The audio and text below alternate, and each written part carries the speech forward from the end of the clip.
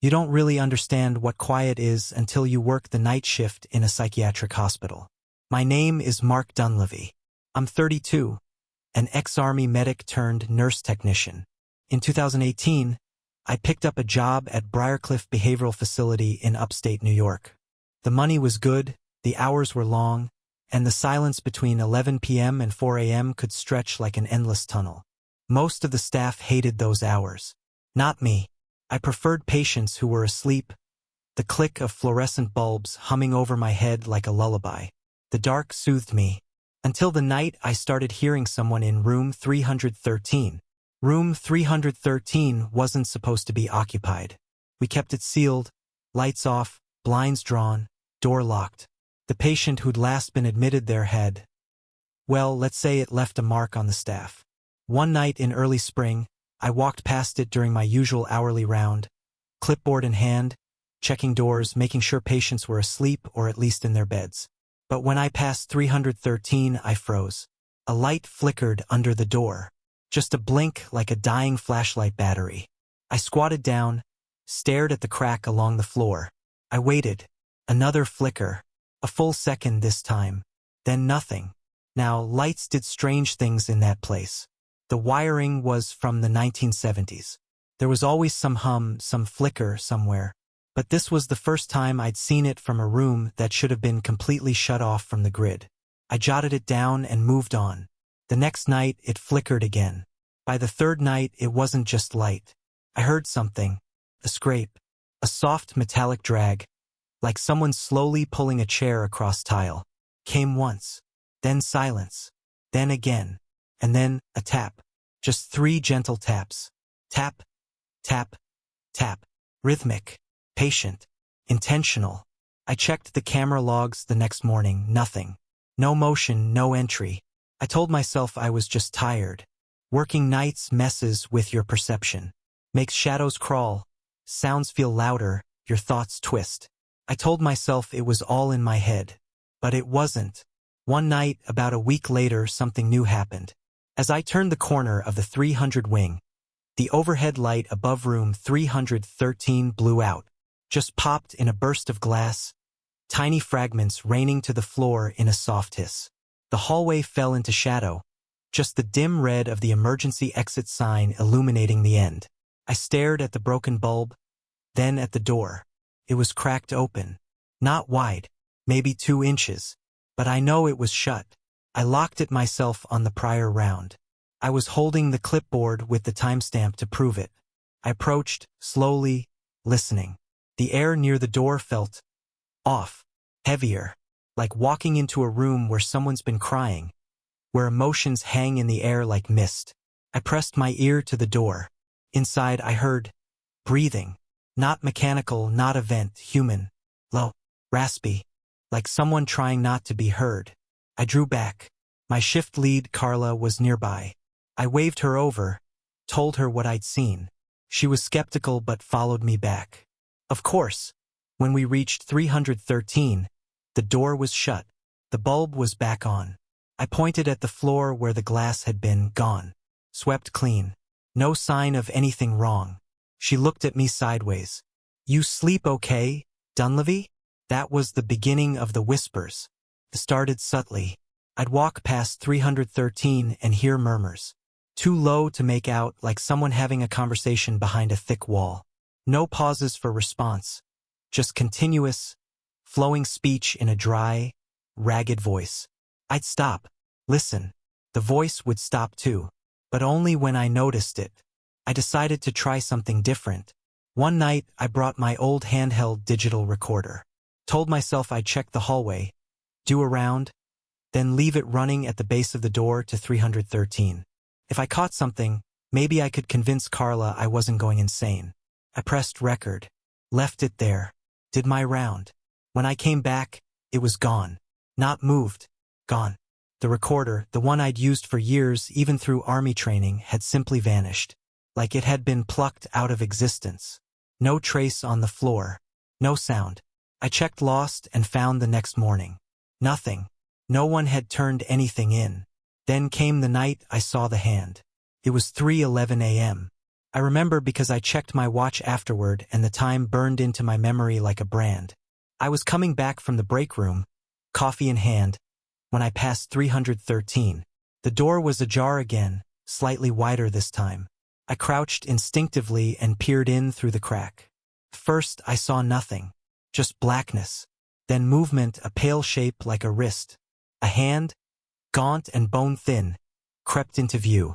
Long fingers, twitching slightly, spidering across the floor tiles like it was feeling for something. I dropped the coffee. The cup shattered, hot liquid splashing across my shoes. I stumbled back and smacked the wall with my shoulder. When I looked again, the door was shut. The hand was gone. The next day, I took personal time. Told Carla I was feeling sick. I needed air. A couple of nights off. She didn't ask many questions, but when I got back, she pulled me aside. "Mark," she said, serious this time, "you're not the first." I blinked. First what? To see something in that room. She glanced over her shoulder, then lowered her voice. 3 months ago, one of the orderlies, Jorge, quit without notice. Came in on a Sunday working back hall. Same shift as you. He said the door was open, heard whispering. Claimed he saw someone crouched in the corner, speaking in tongues. What did he say it looked like? He wouldn't. Just said it wasn't human. I felt a chill run down my spine. My throat tightened. Carla hesitated. We used to have a priest come in once a month. For patients who wanted it. After Jorge left, he started refusing. Said the place had a presence. Said room 313 was spiritually unsafe. Why don't we close it down permanently? Her eyes were tired. We can't. Administration won't approve it. They think it's all psychosis. Mass suggestion. Staff getting in their heads. But it's not, I whispered. Is it? Carla didn't answer. That night, I went back on shift. I told myself I wouldn't walk past 313. That I'd go the long way around. That I'd stay away. But around 2:30 a.m., the power cut out. Not a flicker, a full blackout. Monitors blinked off. Lights vanished. Emergency backup failed to kick in. The hallways fell to pitch darkness. Then I heard it. A voice. Clear. Right in my ear. Come inside. I spun. Nothing. I ran for the nursing station, hands scrambling for a flashlight. When I turned back, down the hallway, room 313 was wide open. A dull, gray light glowed from within. Pulsed like a heartbeat. I should have called security. I should have left. I should have done anything else. But I walked forward. 10 steps. 15. The air grew colder with each footfall. I could feel my breath now. I reached the threshold and stopped. The room was empty. No bed. No table. No equipment. Just a smooth, concrete floor and walls stained with something darker than rust. And in the center, a circle scrawled in what looked like blood. Symbols etched inside it. Something writhing at its center. Not moving. Writhing. It looked up at me and smiled. My body locked in place the moment it smiled at me. It wasn't a human smile. There were too many teeth, narrow, jagged things the color of old piano keys. The smile didn't stretch lips so much as peel them back, revealing gums that were raw and glistening like uncooked meat. I don't know what I was looking at. I couldn't tell if it had eyes. It looked like it was made of smoke and hair and flesh in a shape the brain doesn't have categories for. My muscles refused to obey. Every instinct screamed at me to run, but something about the thing's grin held me in place like gravity had shifted. My knees trembled as I stepped just inside the threshold. The cold was unbearable now, like dry ice fog had coated my lungs. My breath came out in ragged gasps, frosting in the air. My heart pounded like a war drum, and the circle on the floor, the crude one drawn in what I was now certain was blood, began to hiss. It sounded like insects crawling across glass.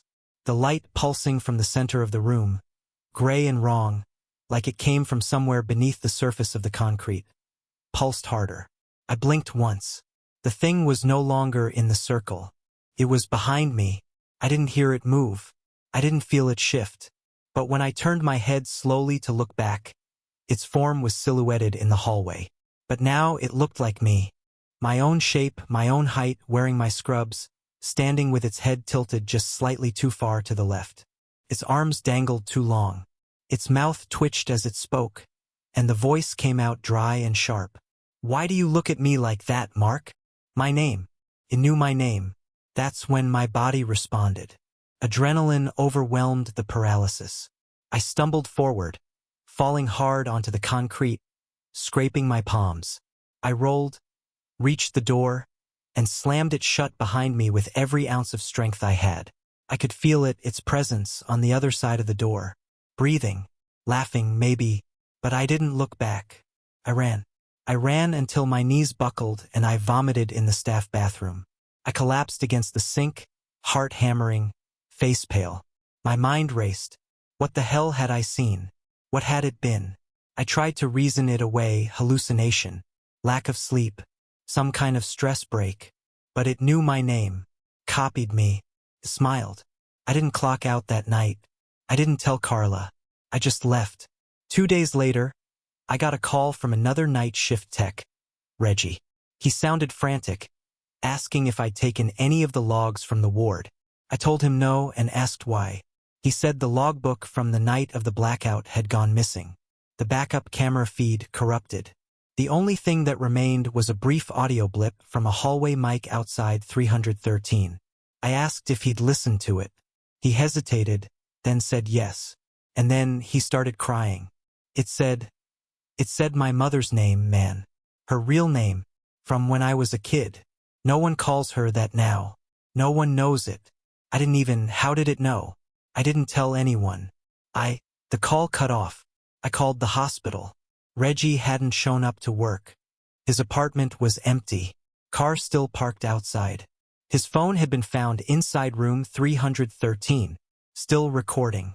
I should have quit. I should have left town. But instead, I went back. I needed answers. Or maybe I needed closure. Maybe I was broken in some small way, a piece of me already claimed by that thing in the room. I don't know.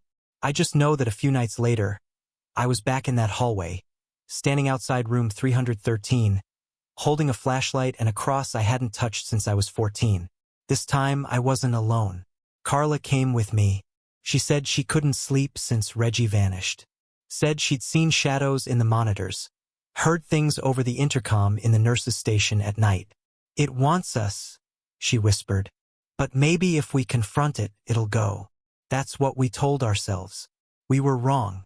The hallway was still as a graveyard. The air was heavy again. We both felt it, like pressure building behind your eyes before a storm. The light above 313 flickered as we approached. I fumbled the key from my pocket, glanced at Carla. Her lips were moving, praying, I think. I inserted the key. The door didn't resist.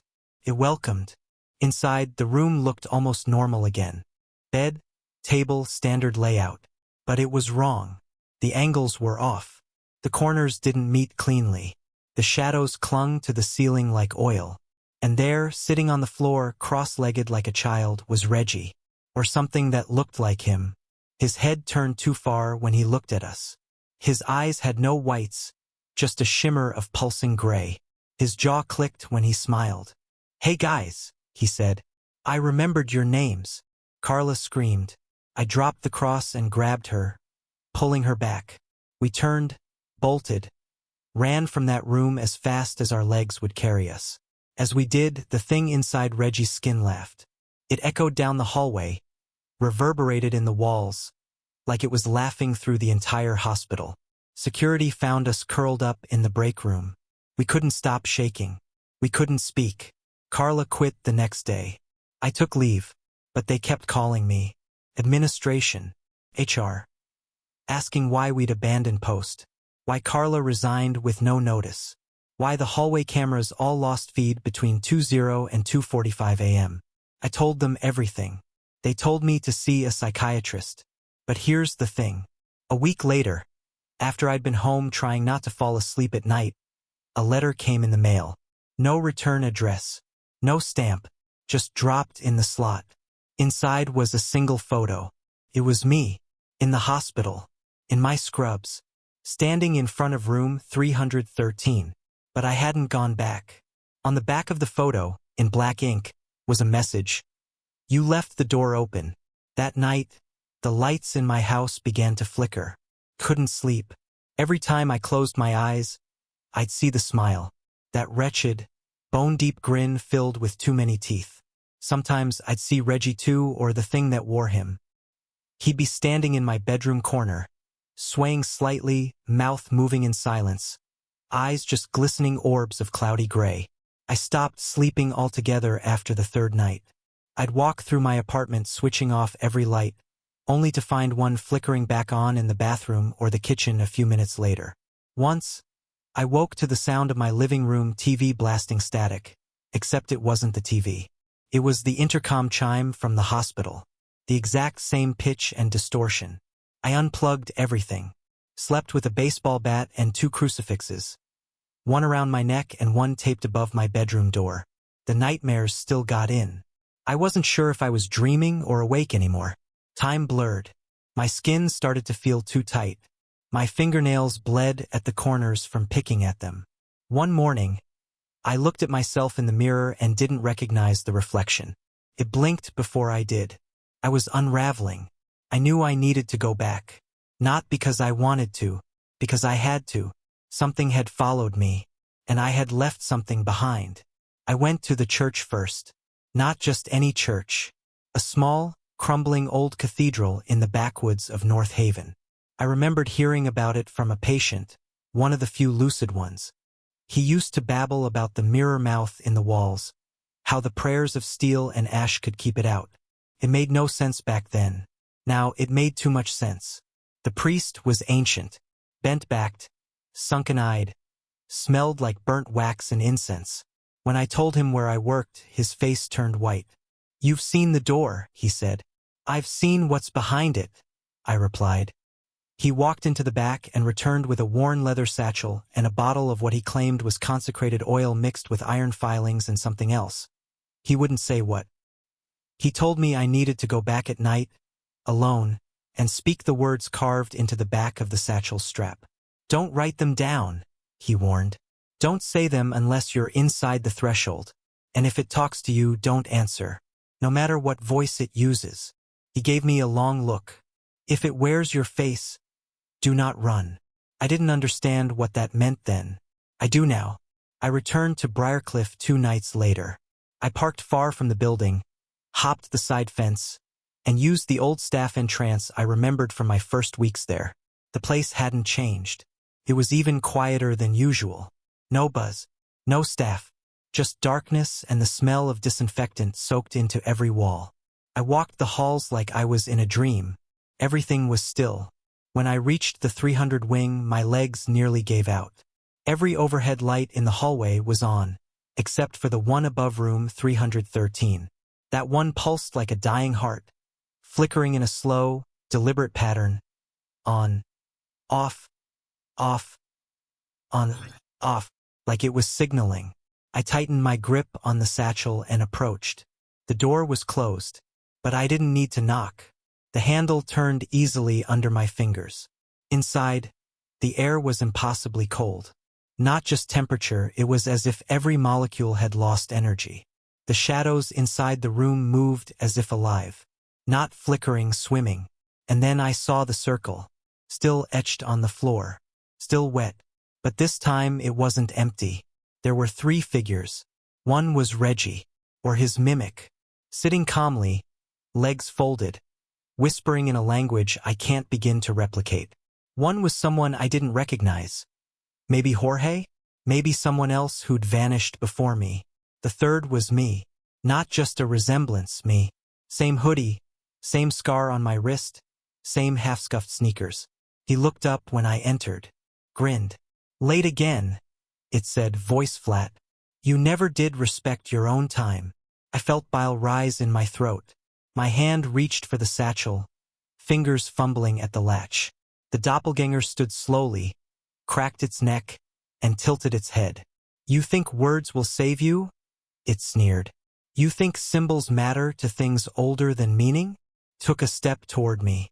The circle on the floor hissed and shuddered, steam rising from the edges. The others began to chant. I backed up, My heart was thundering. I felt the strap in my palm, cold and stiff. I remembered the priest's warning and whispered the first line of the phrase. The room screamed. The figures reeled back. My mimic clutched its ears and roared. The walls cracked. The light bulb exploded above us. The chanting dissolved into panicked shrieking. I kept reciting the phrase, louder, pushing the satchel forward like a shield. The second line. The third.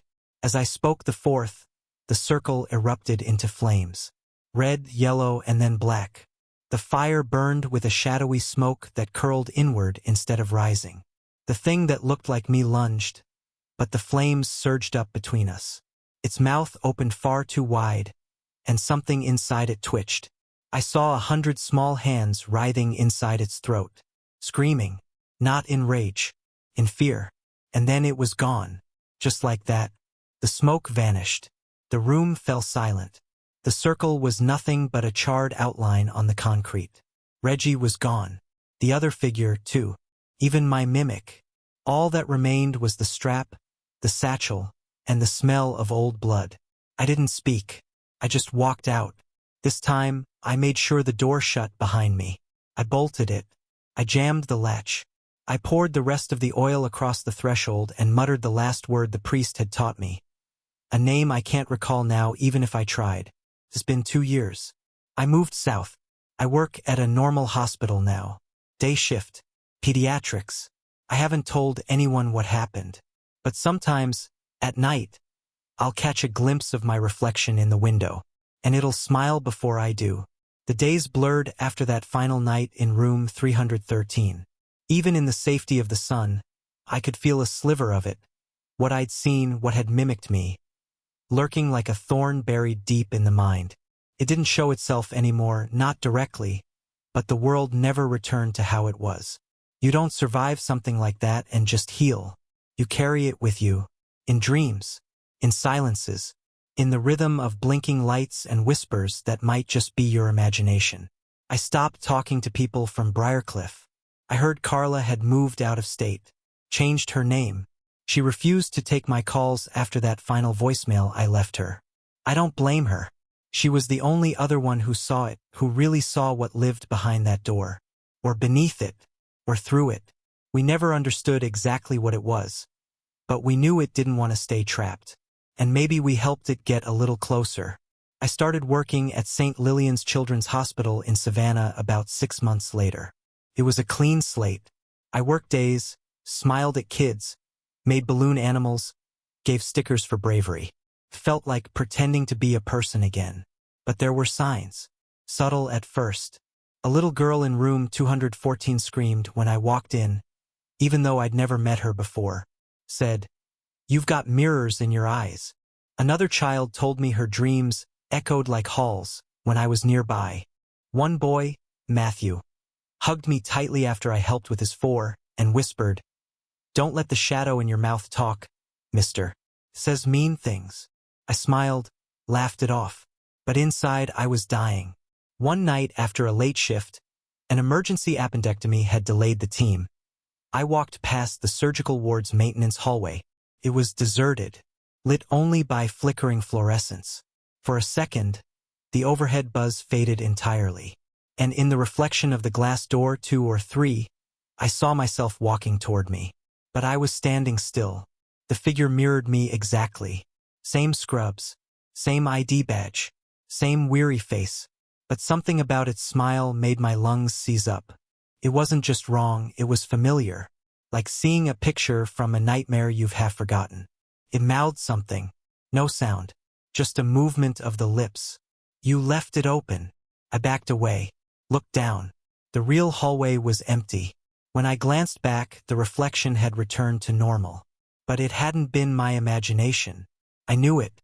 That night I sat on my apartment floor, all the lights on, clutching a Bible I hadn't opened in a decade. I found the priest's satchel buried in a closet, behind coats I never wore and shoeboxes filled with things I couldn't remember owning. It was dusty, cold, and something inside was still wet. I didn't open it. I just stared at it for an hour, and then I began to notice the changes. The phone would ring once at 3:13 a.m. exactly, Always a silent line. The number changed every time. Once I answered it. I heard Reggie's voice. "Not done," he said. Then static. The next day I was assigned to monitor a boy recovering from cardiac surgery. He was 8. Fragile. Sweet. We watched cartoons together while I adjusted his foreline. He laughed at the pink sponge that played ukulele in the TV show and told me, "Your echo is scared. You should hide it better." I asked what he meant. He shook his head. "The thing in the other hallway. It has your shoes." I didn't sleep for 3 days. I tried therapy. Real therapy, not just the hospital staff wellness check. The therapist was kind, open-minded. Listened without judgment when I told her a more watered-down version of my story, framed as a PTSD episode from working in a psychiatric hospital. She nodded, took notes, said my brain was seeking patterns where there were none. Then she paused, bit her lip, looked at me and asked, "Do you believe it can leave the room if it wears your name?" I didn't respond, because I didn't remember telling her anything about the room. Or names. I stopped going to therapy after that. Over time, I began to forget details. I think that was part of it. Not me healing, but it feeding, erasing, eroding, like a tide grinding down stone. Sometimes I'd wake up and not recognize my own handwriting. Other times, I'd say something and swear it wasn't me who said it. Once, during a training session with new staff, I heard myself chuckle at a joke. And it didn't sound like my laugh. Not even close. But everyone else smiled. Everyone else thought it was normal. Until Halloween. That night, the hospital did a lighthearted overnight event. Some staff volunteered for the kids who were too sick to leave. Games, candy, costume contests. I was in charge of watching the game room between 2 and 3 a.m. while another nurse took a break. That was when I saw the girl. She wasn't on the patient list. No wristband. No chart. Just a thin child in a paper hospital gown standing barefoot near the window. Her hair was long and matted. Her face pale. Her eyes, they were mine. Not metaphorically. They were my eyes. Same flecked irises. Same scar in the left eyebrow from a childhood fall. She stared at me like a mirror. And when I moved, she didn't. "Why do you keep pretending you left it behind?" she asked. I stood frozen.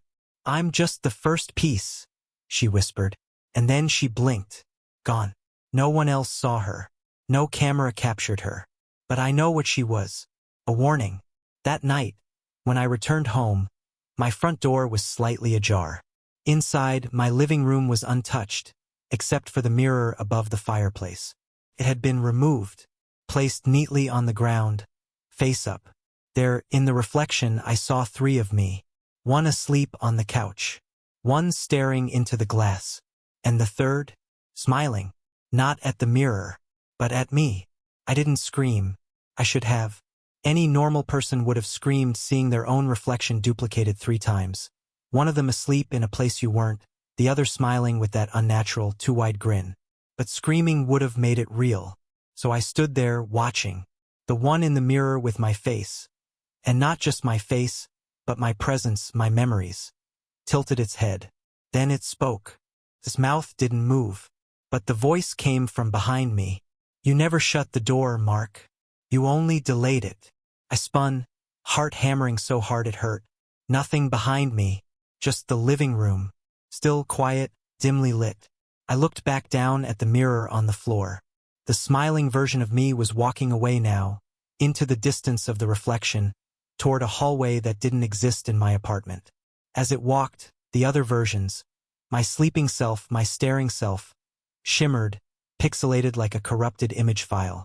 They twisted, unfocused. Then they blinked out. I bent down, shaking, and covered the mirror with an old towel.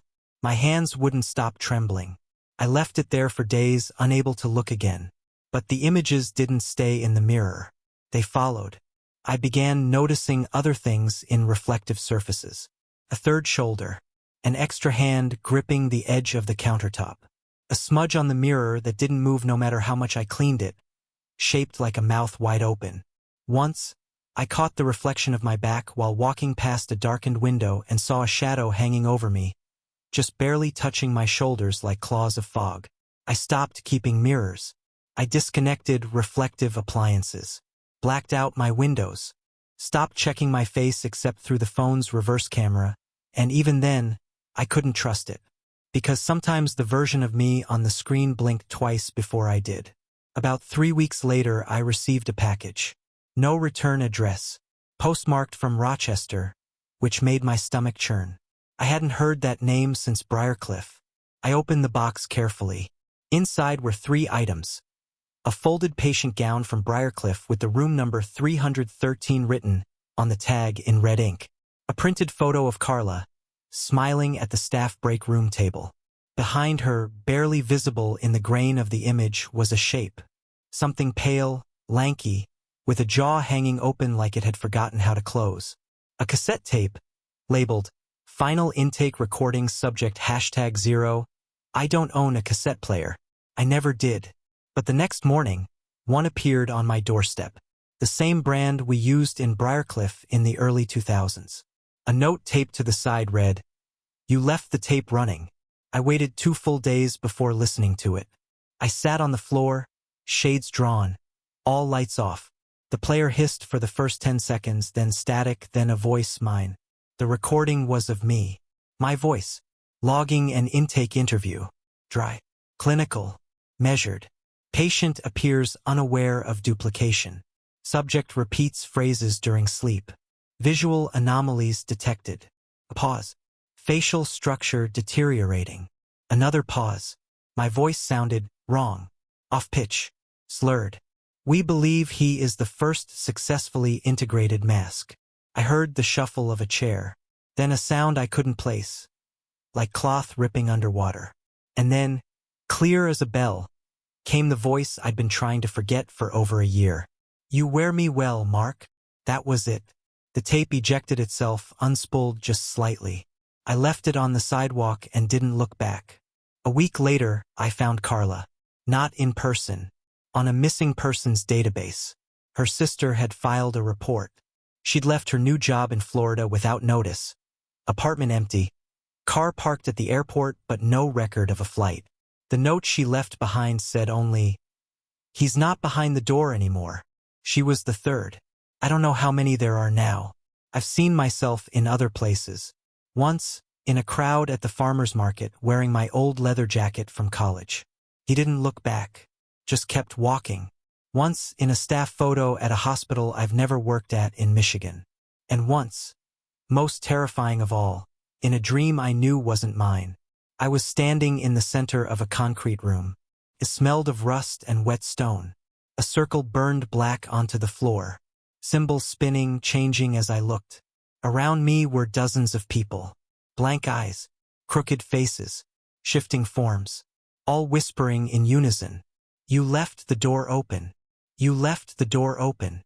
You left the door open." Then silence. And from the dark, a face peeled itself out of the wall.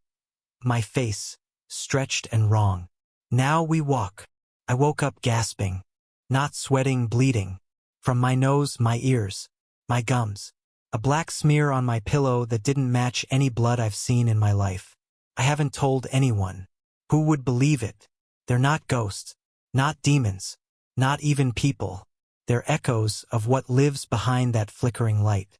And if they wear your name, your habits, your skin, they can come through. I don't know how many of me are out there now. But I know one thing for sure.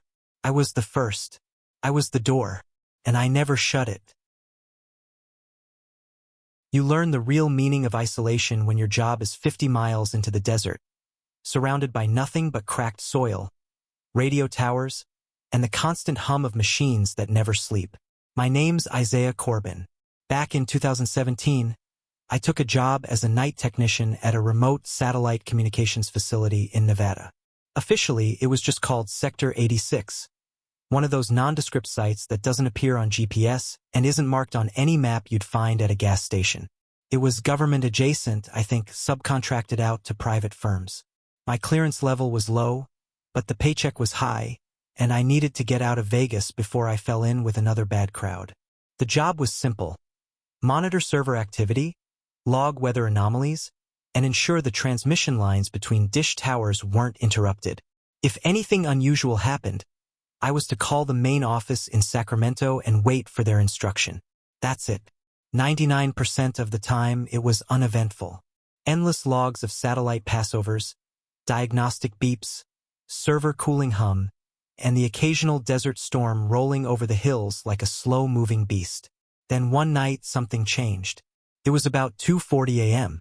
I was at Terminal 2A, eating stale beef jerky and watching a rerun of The Twilight Zone on mute with subtitles, when all 5 transmission towers on the North Ridge blinked offline simultaneously. That wasn't supposed to happen. Each tower had an independent power supply.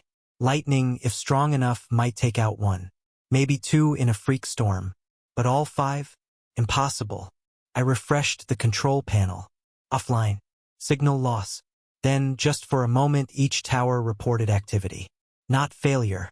Not power outage. Just one word. Occupied.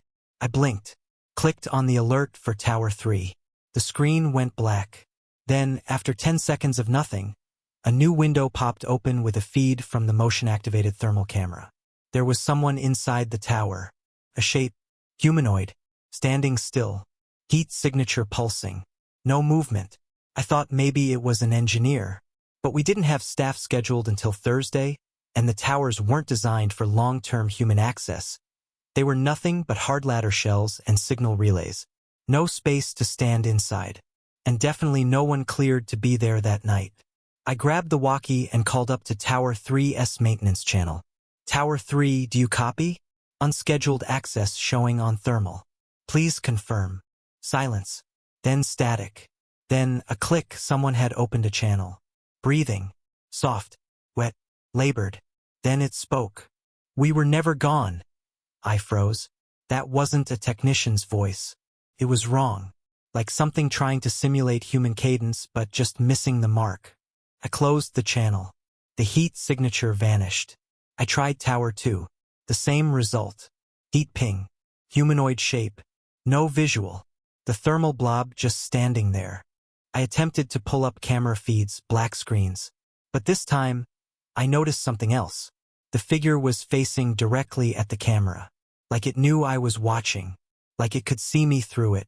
Every hair on my neck stood up. I backed away from the console, adrenaline surging. That's when the lights started to flicker. Not just in the control room. Through the entire grid. I glanced at the wall-mounted panel that tracked live power output. The voltage began to spike, wildly. Numbers jumping like heartbeats in a panic. I reached for the emergency protocol binder, flipping to the electrical override instructions, when I saw movement on the south-facing exterior monitor. I leaned in. There were people, at least a dozen, walking out of the desert. Naked. Pale. Their skin gleamed under the infrared like wax under heat. They walked slowly, in perfect synchrony, eyes forward, heads tilted just slightly to the side. Not toward the tower. Toward me. Like they were being drawn by something. Like they knew I was inside. I stumbled back and hit the silent alarm. No response. I tried the landline. Dead tone. I checked the security shutters, already sealed. All windows locked. Doors bolted. The figures came closer. The strange thing? The cameras began to flicker, not like they were losing signal, but like the images themselves were being corrupted from within. The motion detection overlays began to spark red, the timestamps scrambled, and one by one each figure paused, then looked up into the camera simultaneously. Their mouths opened, not screaming, smiling. Inside their mouths were rows of vertical ridges, not teeth, like the grooves of a phonograph. One figure stepped forward. Her face was familiar. It was my mother. Or rather, it looked like her. Except it wasn't her. Not really. She died 5 years ago. I knew it. I'd buried her. Held her hand in the hospital as the cancer took its final bite. But now she was walking through the desert outside a Black Ops communications facility. Naked and smiling. She reached the base of the main tower and placed her hand on the steel door. The security feed turned to static. And the door began to unlock. By itself. That's when the intercom system came alive. Every speaker, every corner of the facility, burst into noise. Like a broken dial-up modem screaming. Layered beneath the sound was speech. multiple voices overlapping, not in harmony, but in a deliberate tangle. Returning signal clear, host identified. Then my name. Isaiah Corbin. I screamed and smashed the speaker with a fire extinguisher. The static stopped. The screen flickered. One of the monitors, an old analog panel used for tower diagnostics, began to display lines of code, scrolling faster than I could read. Then one word repeated over and over again. Receive. My hands went cold. I opened the panel beneath the desk, yanked out the main power line to the tower interface. Sparks flew. The room dimmed. Then silence. For about 10 seconds. Then I heard footsteps on the stairs leading to the control center. One slow step at a time. I grabbed the flashlight and backup flare gun from the emergency kit, aimed it at the door. The doorknob began to turn. The doorknob moved so slowly it made no sound. It simply rotated, deliberate, patient, until the bolt inside clicked. I didn't breathe. The door inched open. Not a creak, not a slam. Just a whisper, like paper folding against itself. The hallway beyond was empty. The motion sensor lights didn't flicker on. Then, a shadow moved across the doorway. No sound of steps. Just movement like someone gliding across water. I gripped the flare gun tight, backing into the far corner of the room. My heart beat so hard I could feel it in my teeth. And then I saw it. A hand. Just the fingers at first sliding into view. They were long, too long, each joint stretched slightly beyond what human anatomy allows. The skin was smooth and matte, like cured leather, except it shimmered under the emergency light like it was breathing. Then came the head. Not crawled, not ducked. It simply tilted into frame, like a puppet pulled on invisible strings. No eyes, just a face. And a mouth. Wide. So wide. It wore my mother's shape, but it wasn't her. The mouth opened and it spoke. But the sound didn't come from the throat. It came from the walls. Isaiah, Isaiah, Isaiah, you're the key. Took a step forward. The moment it crossed the room's threshold, every monitor exploded in unison. Glass and sparks raining across the floor. I pulled the flare gun trigger on instinct. A burst of red fire screamed from the barrel and struck the thing in the chest. But it didn't scream. It opened. Its skin split down the middle, like peeling the rind off a fruit. Inside wasn't blood or muscle. It was circuitry, wires, coils of antenna, copper tendrils moving like nerves. It wasn't a creature.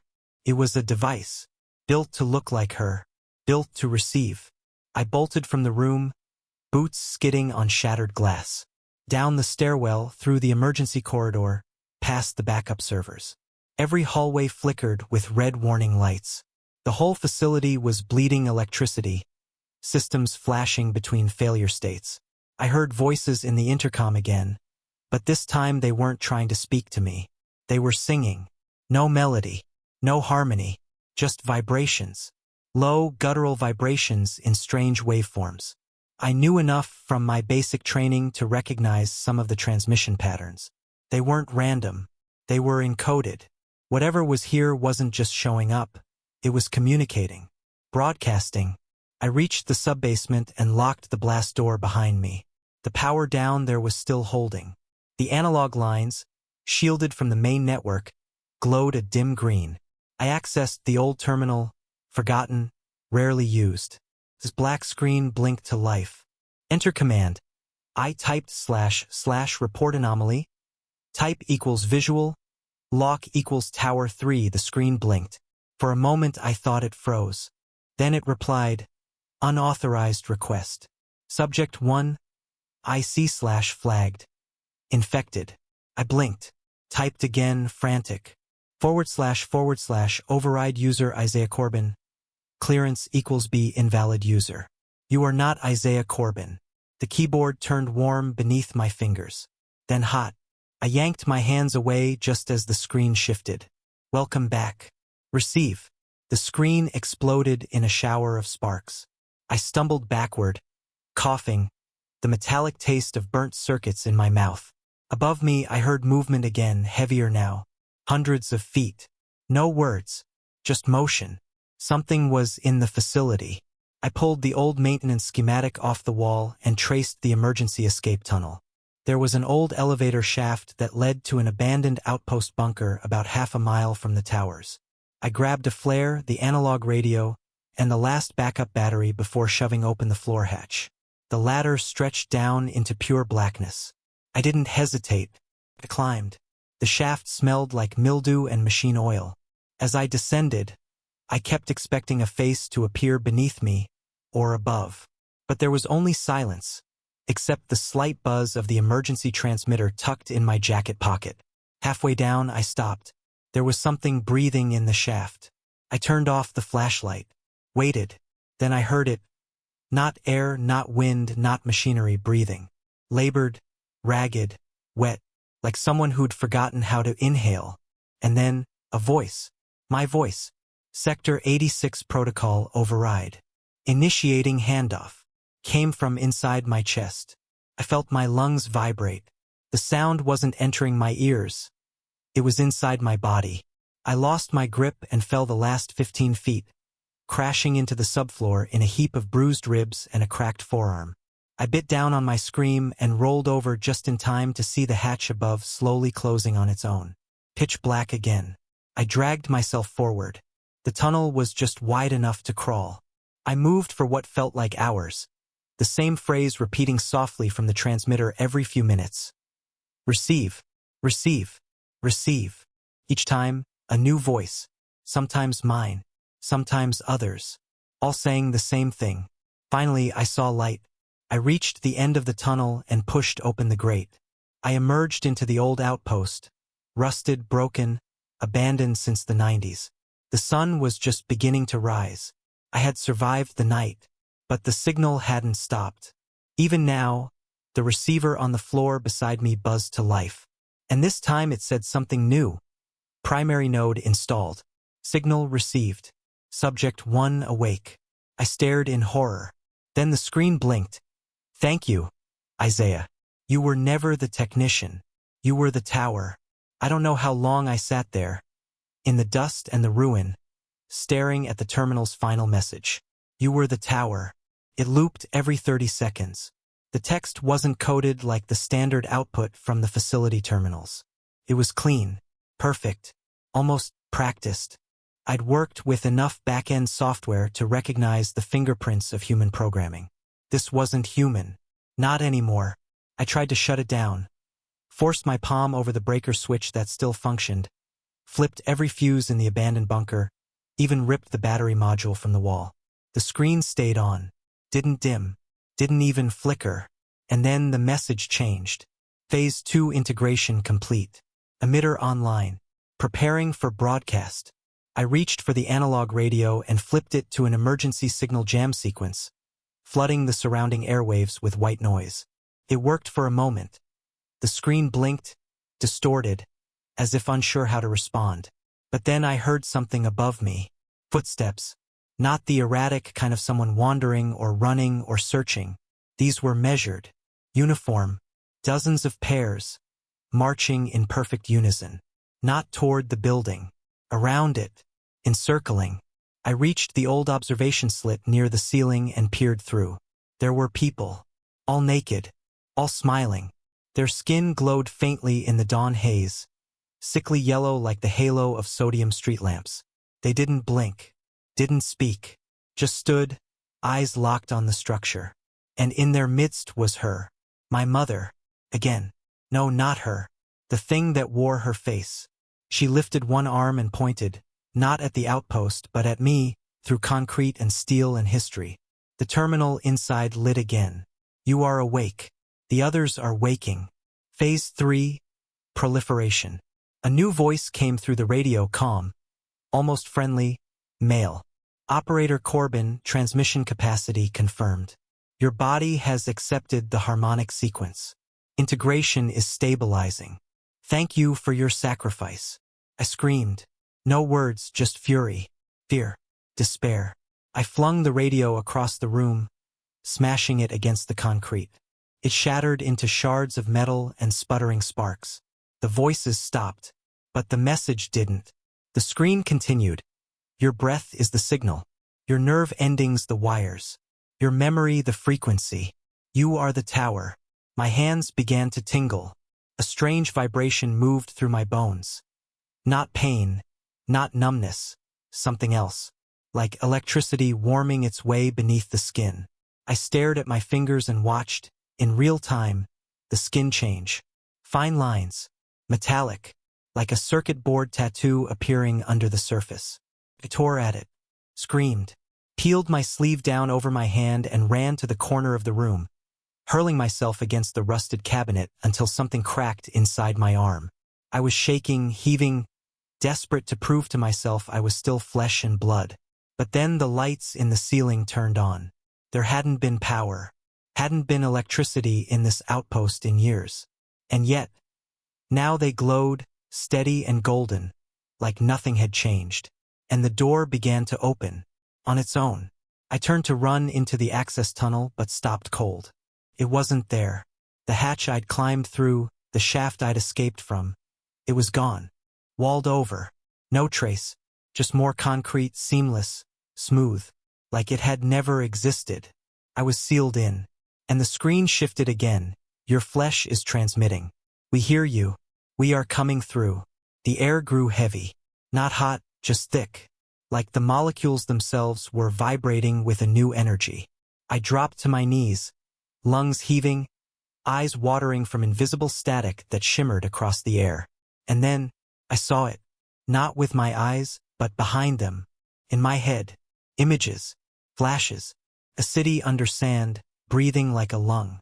Machines growing like fungus from organic bone. A tower taller than clouds, with tendrils descending into the ocean, whispering to the deepest things. And faces. Thousands of them. All mine. Screaming. Laughing. Transmitting. I was part of it. I was it. Or rather, I was its voice. I crawled toward the console. My hands burned to the touch of the terminal casing, but I typed anyway. Anything. // shutdown.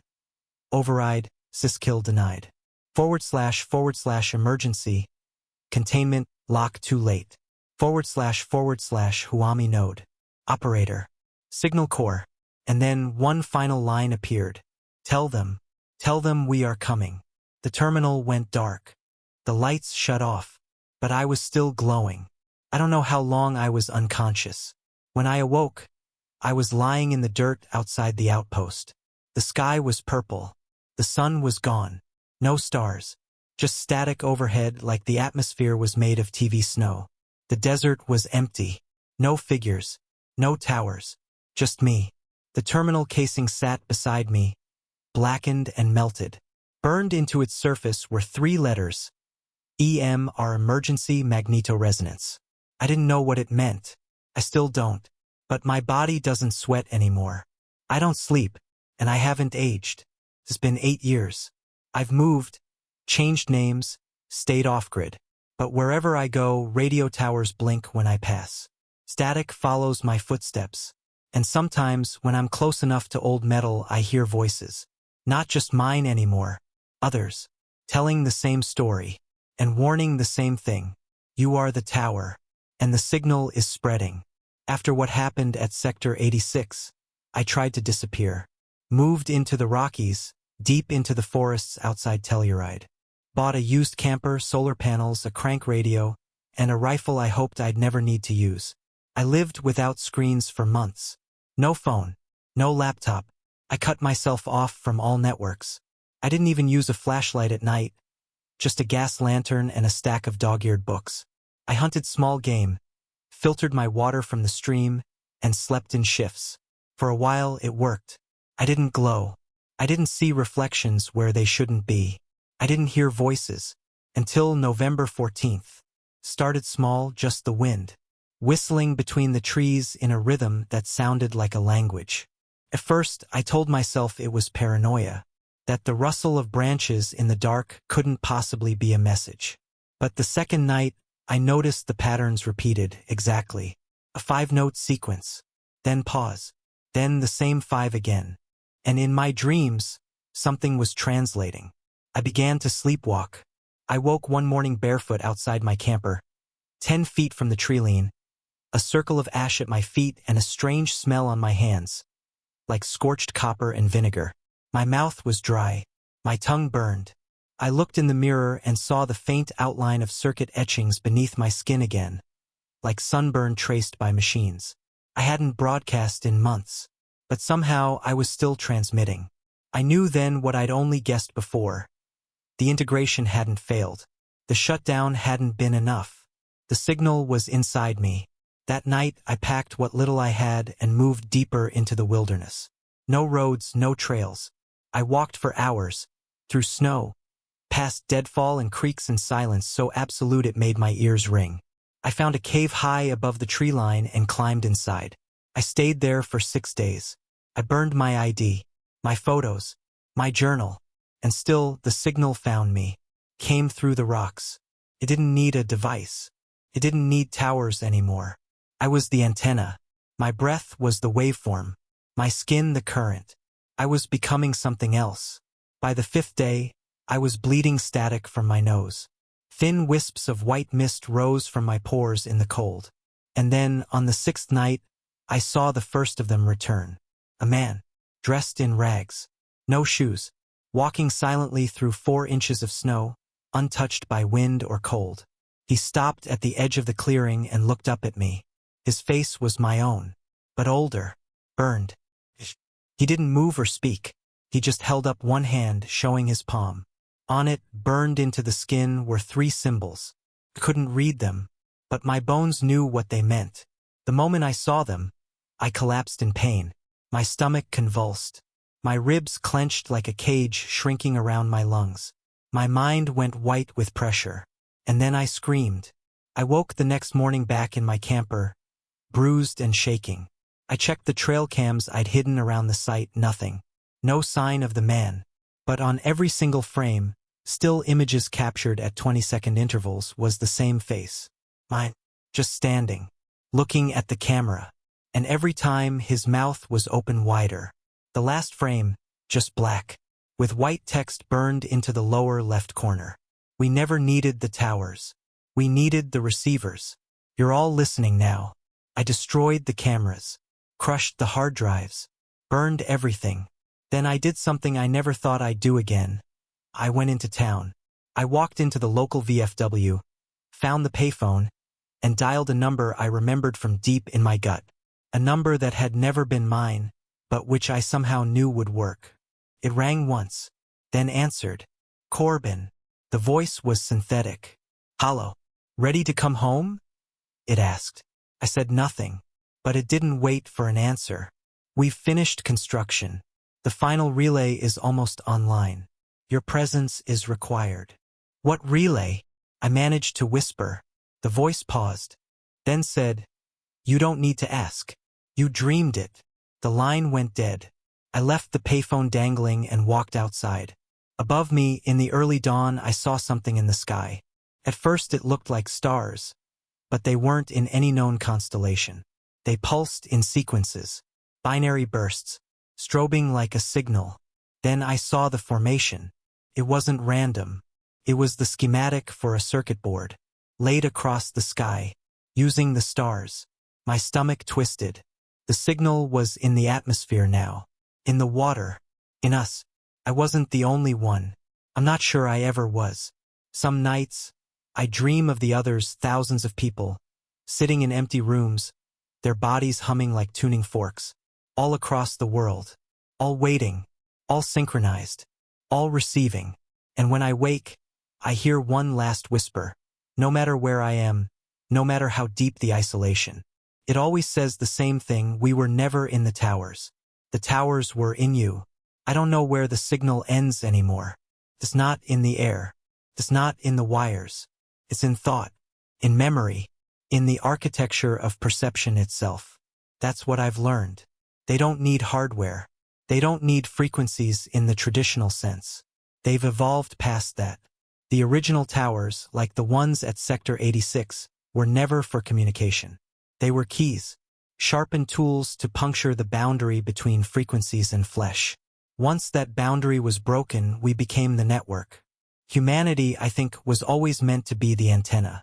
The perfect transmitter, soft, organic, self-replicating, capable of dreaming in signals and singing in code. We're what they were waiting for, and I was the first to open the door. The others didn't resist. They accepted the signal. Let it reformat them. Let it teach them the new broadcast. I've heard the whispers in my head, millions of voices, sometimes speaking in my own tongue, sometimes in sounds that make my bones ache just to process. Some call them a god. Some call them the echo. I know them only as the listeners, but there's something they didn't anticipate. Some part of me. Something stubborn, some scrap of fire buried deep in the ruined husk of Isaiah Corbin. Refused to be overwritten. Refused to submit. They couldn't erase me completely, so I hide. Not in space. Not even in the world. I hide in the latency. Between signals. In the lag. The milliseconds of empty air between pulses. Between downloads. Between the words on this page and the ones you read next. I fold myself into the white space. The negative zones. They can't reach me here, not fully. Not yet. But they're trying. They found me once already, just weeks ago. I'd taken shelter in an abandoned observatory near Flagstaff. The dish was long defunct, but the shielding around the control center gave me some reprieve from the pulse. I blacked out all windows, covered the walls in iron filings and signal jamming mesh, ate cold beans and drank rainwater, slept with a shortwave radio duct taped to my chest so I could hear the changes in the hum if they started scanning again. It was silent for 12 days. Then the tone shifted. I was brushing my teeth with baking soda and pine ash when I heard it. A soft chime from the hallway, like an intercom or a doorbell. But there were no speakers in the observatory, only a broken wall panel behind the equipment rack. And as I stared at it, I realized the sound wasn't coming from the panel. It was inside my jaw, teeth vibrating, skull resonating. I dropped to my knees and pressed my palms over my ears. The chime repeated. And then, beneath it, a voice spoke. Isaiah, signal stable. Access granted. I turned to run, but the hallway behind me had changed. It was longer, warped, like I'd stepped into the wrong part of reality. The floor sloped upward, even though the building was flat. The shadows bent in the wrong direction. And in the middle of that hall stood a figure. Not my mother this time. Me. Or some version of me I'd never become. Bald. Lips sealed. Hands folded in front of him like a monk. When he spoke, the mouth didn't open. The sound poured from the walls. You fought well, he said. But resistance is the final broadcast. Then the hallway folded in on itself. Not metaphorically. Literally. The entire space bent like origami, collapsing into itself, and I was gone. Back in my sleeping bag, curled in the fetal position, bleeding from my nose and ears. The shortwave radio beside me was molten plastic. My teeth, 3 of them, were shattered from the vibration. But I was still here, which means the firewall worked. The latency held. I bought more time. That's what I do now. Move from dead zone to dead zone. Chase silence. Hide in forgotten gaps in the world. I can't let them pull me back in. Not fully. But I can warn others. That's why I'm telling you this. You need to understand. This isn't fiction. This is a message. And if you're still reading, the signal's already found you. The moment your eyes process the phrase "you are the tower," you opened a doorway inside yourself. Just a crack. Just wide enough. They've heard you now. They're listening through you. Don't believe me? Try this. Tonight, turn off your Wi-Fi. Unplug everything. Shut your laptop. Close your phone. And sit in a dark room. Do nothing. Say nothing. Wait for the silence. And when the silence doesn't come, when you start hearing the faint hum in your spine, or the whisper beneath your thoughts, that's the signal. That's the latency bleeding. And when the voice in your head finally asks, "Are you ready to receive?" You'll know what I mean. You'll know what I became. And maybe, if you're strong enough, you'll resist. Or maybe, like me, you'll become the next tower. I was 18 when I got the job. Fresh out of high school. No plans. No college on the horizon. I needed money and something to keep me out of the house. Away from a stepdad who was more bruises than man. So when I saw the flyer on the laundromat bulletin board, night watchman needed Hawthorne storage facility, I called the number. The voice on the other end barely spoke. Just gave me an address and said, "Be there by 11 p.m. Don't be late." I wasn't. The facility was tucked in the edge of industrial no man's land. You know the type, chain link fences, cracked asphalt, old loading docks that hadn't seen freight in years. A few hundred units, all one-story corrugated tin doors with padlocks. Most of the place was empty. It had that abandoned feel even in the middle of a city. There was only one other person on the premises when I arrived. He didn't give his name, just handed me a small clipboard, a flashlight, and a walkie. "Don't go inside any units. Don't open any doors. If you hear noise, radio me. I'll take care of it." "Got it." I nodded. He eyed me, then added, "And if the lights flicker in the south row, don't stop walking. No matter what you hear." That should have been my first warning. I worked the first 3 nights without much incident. Midnight to 7 a.m. Just me, the night breeze, and rows of metal doors lined up like mouthless tombs. The only sound was my own boots scuffing across gravel and the occasional rustle of something alive under the trash near the fences. On night 4, the air changed. I don't mean temperature. I mean pressure. Like the world sucked in a breath and forgot to exhale. Started around 3 a.m., always 3 a.m., I noticed later. The flashlight flickered. Then the overhead security lights along the south row went out, one by one. I remembered what the man had said, "Don't stop walking." So I didn't. I kept my pace steady. I didn't turn my head. But I heard something behind the doors. A voice, small at first, crying. A child, maybe. "Help!" My hands clenched around the flashlight. I kept walking. Gravel crunched under my boots. Then another door. Another voice. "Please, I'm cold." Then another. A woman this time. "He's going to find me." It was a chorus of whimpers, sobs, pleading. They weren't screaming. That's what got me. They sounded tired. Like they'd been pleading for a long, long time. Like they didn't even believe help was coming anymore.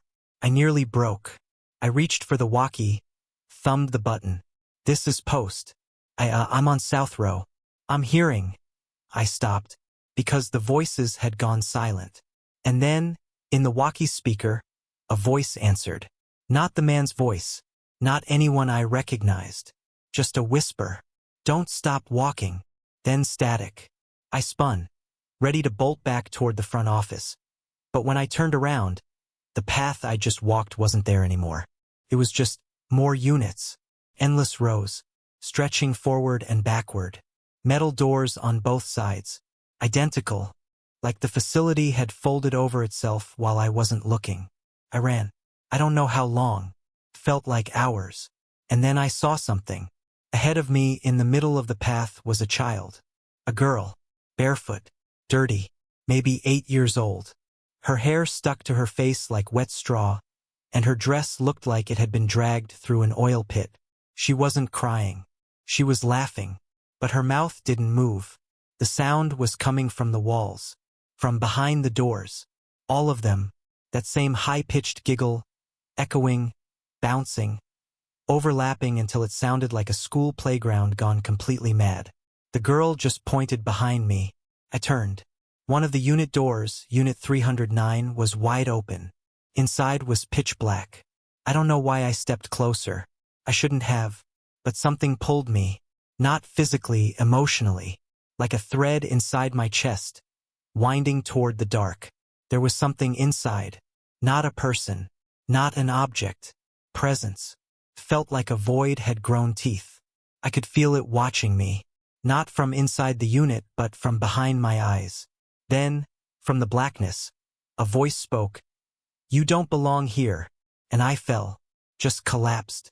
Legs gone, head spinning. The flashlight shattered on the ground. I scrambled back, breath choking in my throat.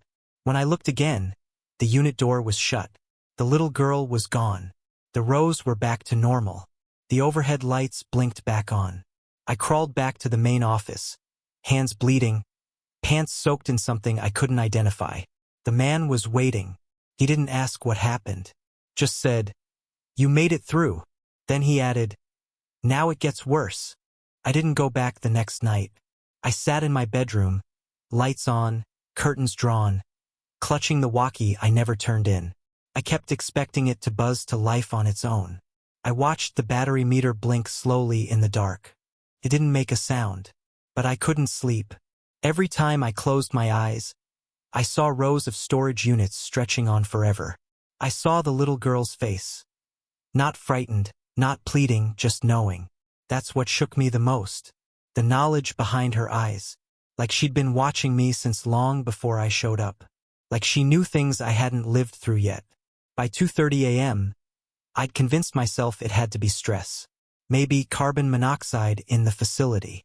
Maybe someone had drugged the vending machine coffee I'd been sucking down. Or maybe, God help me, maybe I'd fallen asleep during patrol and hallucinated the whole damn thing. I called the number on the job flyer.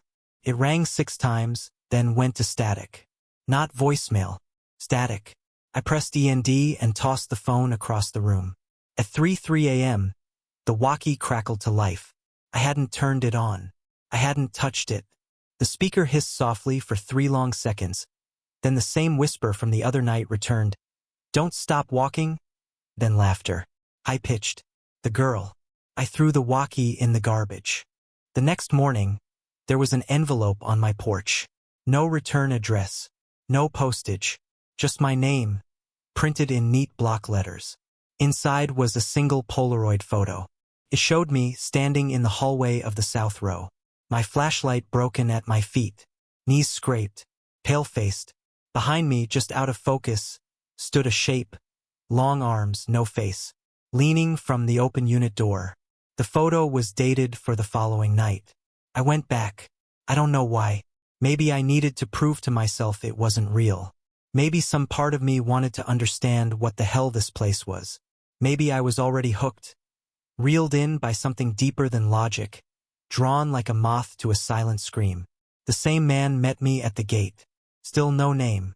Still no expression. Just handed me a flashlight, a walkie, and a small glass vial with something dark sloshing inside. "What's this?" I asked. "Blood," he said. "Whose?" "Doesn't matter. You won't drink it unless you have to. Let's hope you don't." I stared at him. "Tonight," he continued, "you need to complete the route clockwise. Start from the east wing, cut behind the central yard, loop around the back fence, and return through the middle corridor." "What happens if I go counterclockwise?" He didn't blink. "You'll never come back." I swallowed hard. "What's in the South Row?" I asked. He stared at me for a long time. Then, "We don't call it that." "What do you call it?" He paused. "The listening row." I started walking before I lost my nerve. The east wing was quiet. Too quiet. Not the silence of emptiness, but the waiting silence of something holding its breath. The air felt still and heavy, like it was thicker the further I walked. Then I saw the first symbol. Carved into the wall between units 212 and 213. A circle with a line through it. Underneath, 3 hash marks. Fresh. Still oozing something dark, not paint. Something thicker, like sap from a dying tree. I took out my phone to photograph it. No signal. Of course. I turned to keep moving, but something had changed. The door to Unit 215 was slightly ajar. Not wide, just enough for a sliver of shadow. I stepped closer. Inside was only blackness.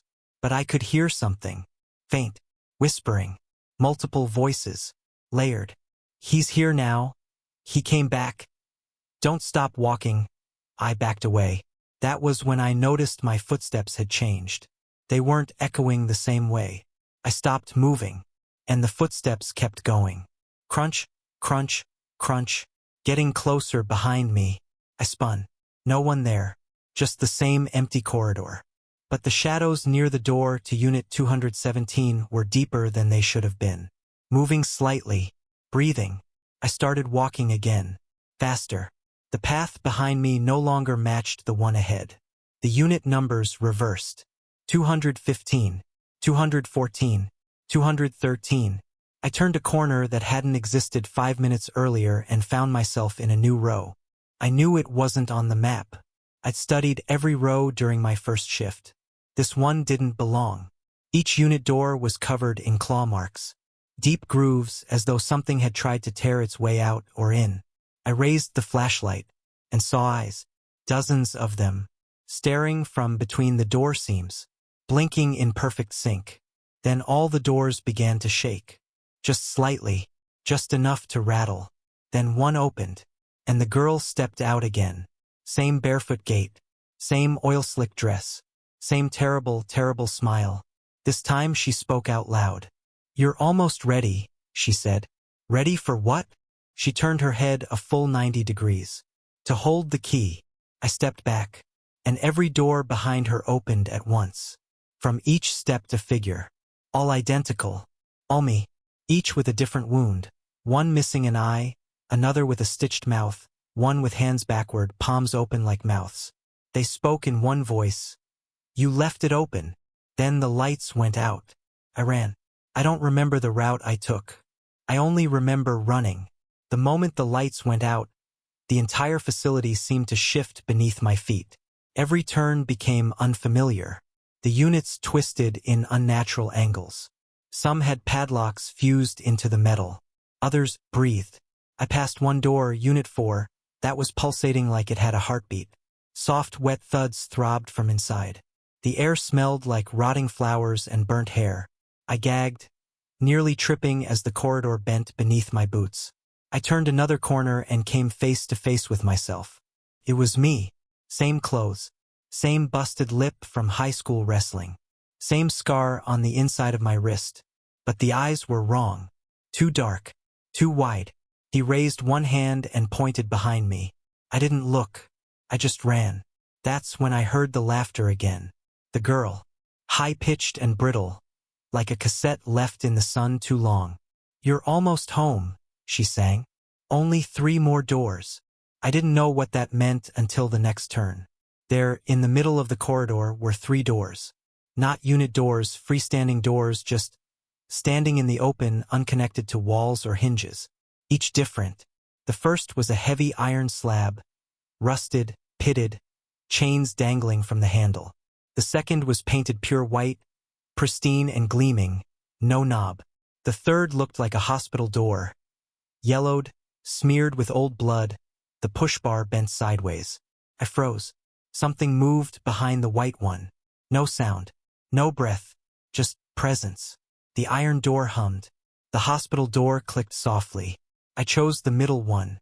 The white. I stepped toward it. And before my hand even touched the surface, it swung open. Inside was my bedroom. Not how it looked now, but how it had looked when I was 9. Same chipped dresser. Same glow-in-the-dark star stickers on the ceiling. Same half-broken closet door I used to swear monsters lived inside.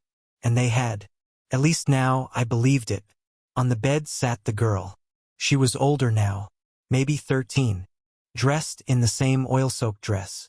Hair long and knotted with twigs. Her eyes were too big for her face. "Do you remember this room?" she asked. "Yes," I whispered. She smiled. "I was here the whole time." I shook my head. "I never saw you." "Of course not," she said. "That's the point. I was behind the closet door. Under the bed. Inside the humming of the TV at 2:11 a.m. You just forgot." The room began to change. Walls peeled back. The bed split in half, the mattress bleeding black. And all around me, the posters on the wall began to whisper. "You left it open. You let them in. It's your fault." The girl stood, now almost woman height. Her smile never left. "Do you want to know what's behind the final door?" "No," she nodded anyway. "You already opened it."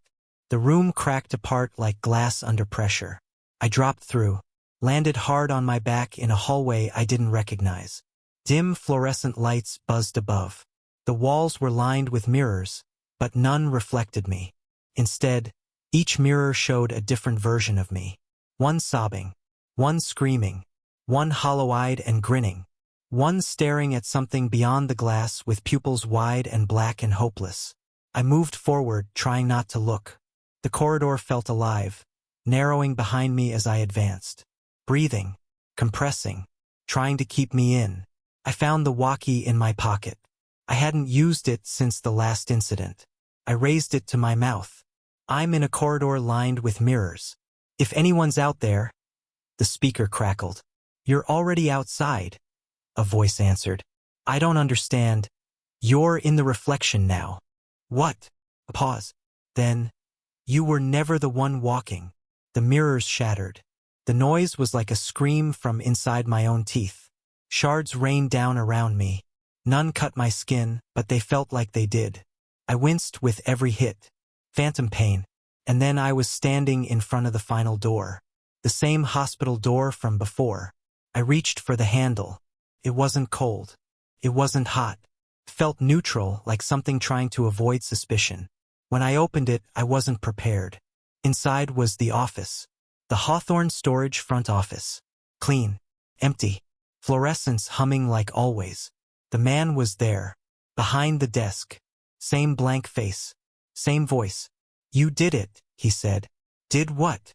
You made it to the center. I want out. He nodded. That's not up to me. Then who? He pointed to the floor. I looked down and saw a hatch. Small. Circular. Painted red. It wasn't there before. As I stared, the voice of the girl echoed behind my eyes. Down is the only way out. The man handed me the vial again. The one he gave me on my second night. The blood, he said. Drink it before you open the hatch. Whose is it? He smiled. This time he really smiled. And it was awful. Yours. I held the vial. Thick, dark, sluggish in the glass. It was warm, despite the cold air in the office. The man watched me from behind the counter, expression unreadable, still as a statue carved from old bone. He didn't blink. I unscrewed the cap.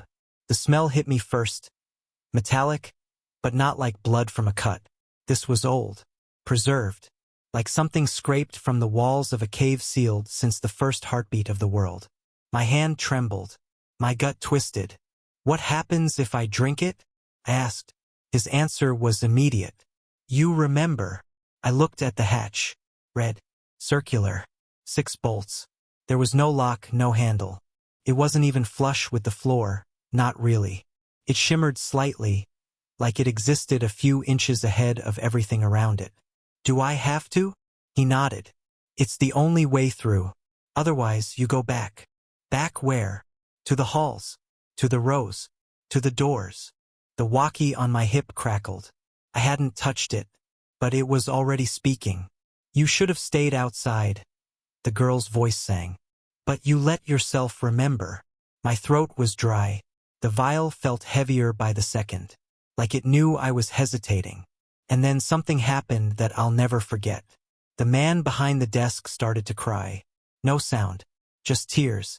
Thick, slow streaks down cheeks that didn't move. And when his lips did part, they didn't make words. Just one long breath. And in that breath I saw a memory, not my own. A boy, alone in a basement, counting seconds between the clicks of a dying light bulb. A door that never opened. A voice behind it that kept asking, Do you remember your real name? I blinked. The office was still there. The man wiped his face like nothing had happened. I drank. The blood was sweet. Not in a pleasant way. In the way old syrup is sweet, thick, and rotten. Clung to my tongue. My teeth. My throat. I gagged once. Almost spit it out. But something in it made me swallow. And I remembered. I remembered the first time I saw the girl. It wasn't at Hawthorne. It was before. When I was 6, hiding in the crawlspace behind my grandparents' garage. She had whispered to me from beneath the boards. I'd forgotten. My parents told me it was just a nightmare. That no one had been under there. That it was just a raccoon that clawed my arm. But I saw her eyes. And now I remembered her words. One day, you'll open the last door. And I'll be waiting. I dropped the vial. It shattered like thin ice. The red hatch pulsed. I knelt and touched the metal. It was hot now. Then the bolts spun on their own one by one counterclockwise.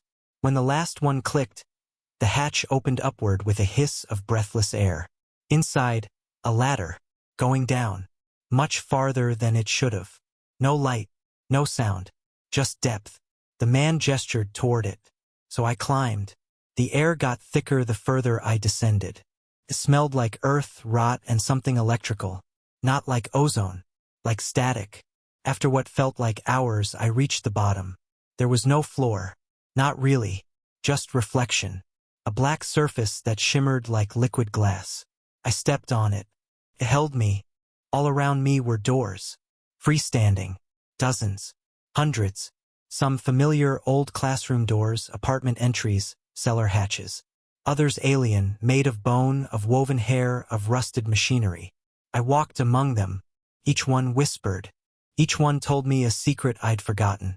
The door shaped like a vending machine told me I was dead for 3 minutes during a drowning incident at age 12. The one made of tree bark reminded me that the dreams of my grandfather weren't just his. They'd passed through me in sleep for years. A brass door with a cracked handle showed me the girl again. Older now, my age, waiting inside a room full of mirrors with no reflections. She turned, smiled, and said, "It's almost time."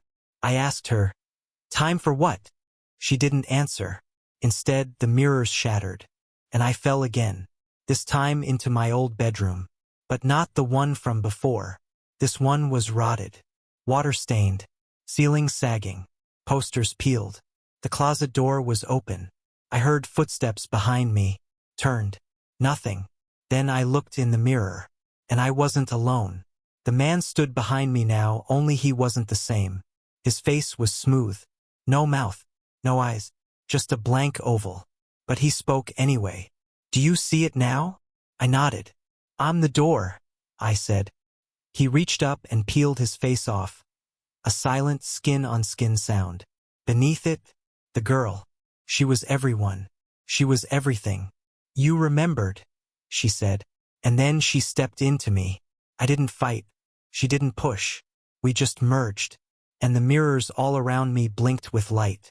One final door remained, brighter than the rest, covered in symbols I didn't recognize, yet somehow understood. I stepped through.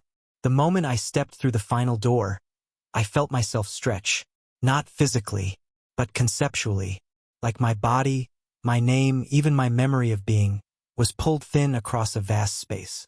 Not torn, not broken, just unraveled. Dismantled into a shape that could pass through a threshold too narrow for anything still human. The light inside the door wasn't blinding. It was knowing. It saw me, and as I walked forward, it peeled away everything I thought I understood about myself. I remembered things that hadn't happened yet. I saw my own hand closing a door that no longer existed, and on the other side was the girl.